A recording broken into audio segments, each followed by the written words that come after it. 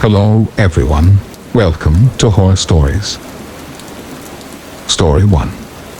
I started at 16 in my town in the suburbs of a big city. At first, they put me to help the chef in the kitchen and clean the place and stuff. 2 months later, my boss told me that on the days off of the main delivery boy, I would deliver, and I said yes, of course. Then all of a sudden, the delivery boy quit when he came from delivering a pizza at this one house. He looked traumatized and shaken, like something with his face and his eyes. He went into my boss's office and they argued for about 15 minutes. Then he came out and said, "Good luck, kid." Then told me he had quit. I asked why, and he said, "Just a shitty job, that's all." He then patted me on the back and left. I knew it was something else then, just a shitty job, but I didn't think much of it. That was the last time I saw him. So for the next couple of weeks, I was the delivery boy till they could find someone that can deliver pizzas. About 2 weeks into me delivering pizzas, my boss gave me the address to a house, and as usual, I put in the GPS and went over. Watching the sunset while driving over there, I was hoping it'd take 2-minute stops so I could get home. Unfortunately, it was in the rural side of town, where the houses are like a quarter mile from each other. I stopped in front of the 2-floor house and looked at it. I got the creepiest feels when I stared at it. Lawn not cut, with weeds, dead trees, and the old porch with no chairs or flower pots or tables, just plain. It seemed abandoned, but I got out anyways and knocked on the door. I was hoping my boss gave me the wrong address or something so I could get the hell out of there. Then the door lock started to shake, and the door opened. It was an old lady, at least 70 years old or something around there, with white hair, teeth missing, and skinny, very short too, but her eyes just glaring at me. It really freaked me out. I figured if I was nice, things would turn out okay after all. "Pepperoni pizza, ma'am?" I said as friendly as I could. "Yes," she said with a hoarse voice, as if she had a sore throat. "Alrighty, here you go." I handed the pizza over, but she just looked at it with no emotion and didn't take it, getting her purse. "Did you come with someone else?" I froze, then quickly looked up at her, still glaring at me. That question really frightened me. No," I said. "Where's the other one?" "He ran off on me last time he came." Ran off, I thought. It didn't make sense. "He quit some weeks ago," I said. Then she got her purse and started searching for money, or so I thought. She did for about a minute, the longest minute ever, and with the hands in her purse, she stopped and looked at me, not in a look of surprise or in confusion, but just like as if she was thinking really hard on something. I could tell she was holding something in her right hand inside the purse, but I couldn't see what. I really started to freak out at this point. What if it was pepper spray, or a knife, or even a gun? I mean, what could take her so long to get $10 out of her purse? Then, behind her, I saw a shadow. A silhouette of a man coming to the door, and all of a sudden, I heard footsteps crushing the leaves on my left side next to the porch, and a man's deep voice saying, "Hey." I looked over and saw a head of a middle-aged man with a look of anger peeking over the porch. This guy then started to climb the porch, and that was when I realized I had enough. I darted to my car, threw the pizza inside, turned it on, and drove off.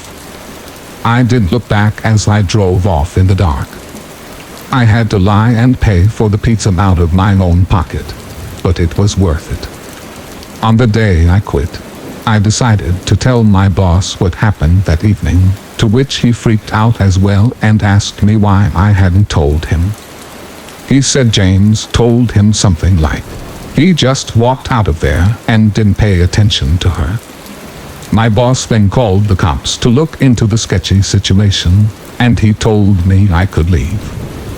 About 2 days later, he called back, saying the cops had the house registered as foreclosed for over a year, and they found 3 people living in there when they broke in, which were 2 men and the old lady I encountered. They were arrested, and he didn't tell me anything else. I'm still traumatized, and I don't know what would have happened if I would have waited. They could have easily jumped me, but thank God I quit afterwards, and I'm still alive.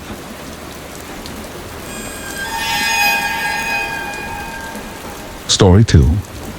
I'll never forget the time I was covering my friend's shift at a pizzeria we worked at. He was the delivery boy, while I was usually the one manning the register. On that night, I made 2 real deliveries to normal people. Then, my manager gave me one final delivery for the night. It was 5 miles away, which was a long drive for what I was used to. The GPS told me to turn off the highway into some very quiet town. Somehow, I'd never even heard of this town. The GPS took me down some side roads that were even more dead than the main streets in this town. Half of the street lights weren't even on. I didn't like the looks of this place. I just wanted to deliver the pizza and be gone. So I arrived to the house. It was a single-floor little thing. I rang the bell, and almost immediately, the door swung open. There was an older man, maybe in his upper 50s, that opened the door. His few hairs left on his head were gray, and he had a very pale face with a gray mustache. He gave me a smile and told me he'd be right back. He walked away into his house out of view, and I just stood there in the cold waiting for him.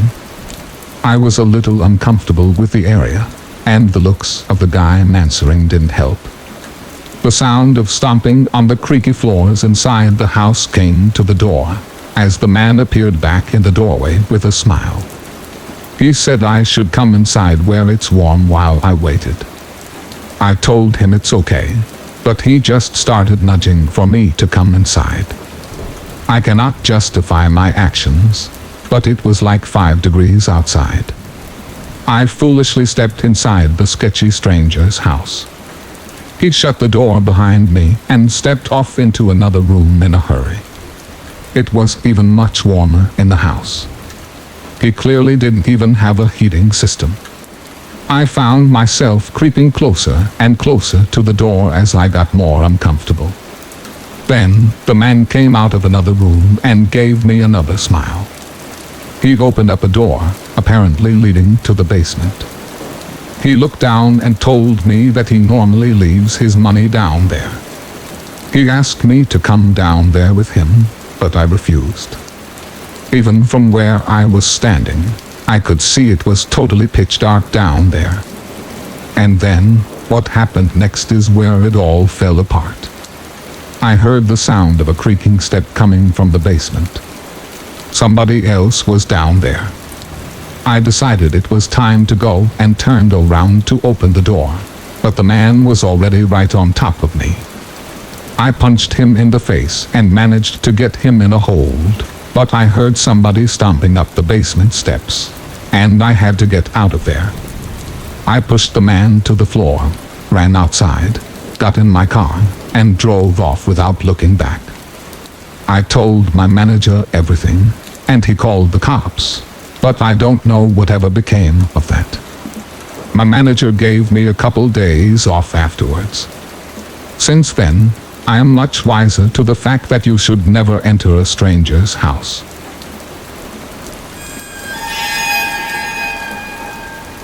Story 3. I was out doing the delivery one late night. It was probably the longest drive I had ever taken for a pizza delivery.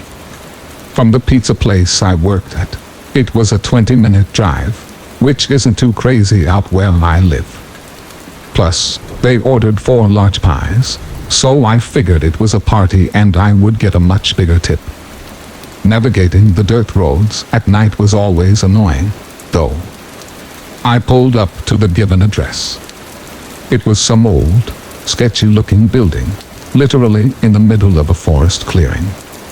There were no cars parked anywhere, or any lights on. I put my car in park and called my boss. I asked him to reread the address at least 3 times to make sure I typed it in right, but that checked out. I could tell he was in a really bitchy mood, and he told me to at least knock on the door and check it out. He would normally get mad if we took back 1 pie, but I was afraid of what he would do if I brought back 4. I was insanely unnerved, but got out anyway and forced myself to the front door of the building. There was no doorbell, so I just knocked really hard. I heard nothing and didn't really expect to hear anything. I was extremely disappointed. Not because nobody answered the door, but because I was realizing that it was all a waste of time and gas. I knocked 1 more time out of desperation, and then began to hear some kind of rustling noises from inside of the building. I knocked again and yelled that I was the pizza guy. There was silence now. I felt a bit more uncomfortable now than before. But before I could turn around, I noticed something at the window. There was someone looking through the window. I couldn't tell if it was a man or a woman. All I noticed were their eyes.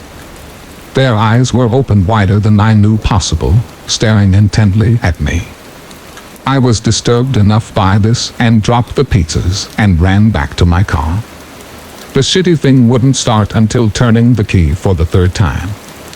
I drove off the grass and back onto the dirt road, but I felt the car rocking about, shaking and bumping. Something wasn't right. I didn't make it far from the building before I started hearing a sharp, scraping sound coming from outside. There was so much resistance that I couldn't even drive. The car came to a stop. I got out of the car to check what the hell was wrong. A chill ran up my spine as I began to feel like my heart was constantly skipping beats. My tires had been slashed and had completely fallen off the rim. Not just the front though. All 4 tires were slashed. I realized somebody did this when I was knocking on the door to that building.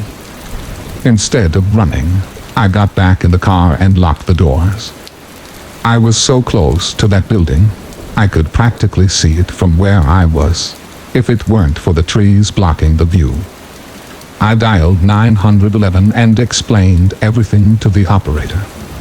She told me the cops would be over as soon as possible and that I need to stay hidden. I asked her if it was advisable to stay in the car or run, and she told me it would be best to stay in the car with the door locked. She asked me to stay on the line with her until the cops arrived. My whole body was shaking. In all directions, there was nothing but dark, seemingly endless forest. I knew it would take forever for the cops to get there. I was not comfortable with sitting in that car so close to whoever did this. The next part, though, is what utterly destroyed me. It still shakes me to this day, and I hope nobody ever has to experience this kind of fear. As I was scanning all the windows, making sure nobody was outside, I looked in the rearview mirror, and there was the same person. The same person I saw at that window. Eyes open wider than ever. I could see now that it was a woman, and I could ever so slightly see a smile begin to spread across her face. I opened my door and full-on sprinted into the woods, not caring how much noise I made. I ran until I was out of breath, which didn't take long, and I hid behind a giant log on the ground. I tried to cover my loud breathing with my hand, as I waited, and waited, for what felt like hours, until I finally heard sirens in the distance. I gathered up all the stamina I had left to run all the way back in the direction of the dirt road. Eventually, the glowing red and blue lights came into view, and I had never felt better in my life. They were parked in front of my car, investigating with flashlights. I came out yelling at them like a lunatic to help me. I fell to the floor and started to gag, almost throwing up from running so much. They picked me up and began to question me, to which I explained everything to the best of my ability. One of the two cars drove over to the building, and the two officers began to search the building. They came back with nothing, except for a couple of spiky objects. These objects were exactly the same as the ones used to slash my tires. The cops guessed that it was some kind of sick, demented couple, being that I saw the woman, but unfortunately, they were never found. And that still kills me to this day. I obviously quit my job right after that, and started working at a local grocery store. I know that I'll never forget seeing that woman at the back of my car. Thank you for listening, and I wish you good health. Don't forget to subscribe to the channel to support us. Thank you very much.